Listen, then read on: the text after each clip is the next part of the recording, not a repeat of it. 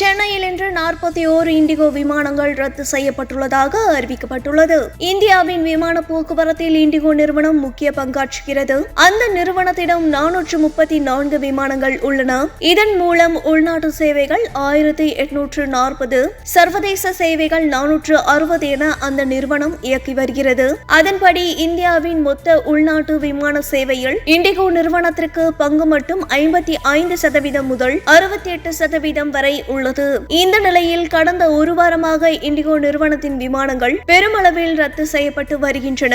இதனால் இந்தியாவின் உள்நாட்டு விமான சேவை பெரிதும் பாதிக்கப்பட்டுள்ளது. நாடே இதுவரை கண்டிராத அளவுக்கு விமான போக்குவரத்தில் மிகப்பெரிய பிரச்சனை எழுந்துள்ளது. இதனால் நாடு முழுவதும் இன்று 8வது நாளாக இண்டிகோ விமான சேவை பாதிக்கப்பட்டுள்ளது. சென்னை விமான நிலையத்தில் 7வது நாளாக இன்றும் இண்டிகோ விமானங்கள் ரத்தாகி உள்ளதாக அறிவிக்கப்பட்டுள்ளது. அதன்படி சென்னையில் இன்று 23 புறப்பாடு, 18 வருகை என 41 விமான சேவைகள் ரத்து செய்யப்பட்டுள்ளதால் பயணிகள் அவதிக்குள்ளாகினர்.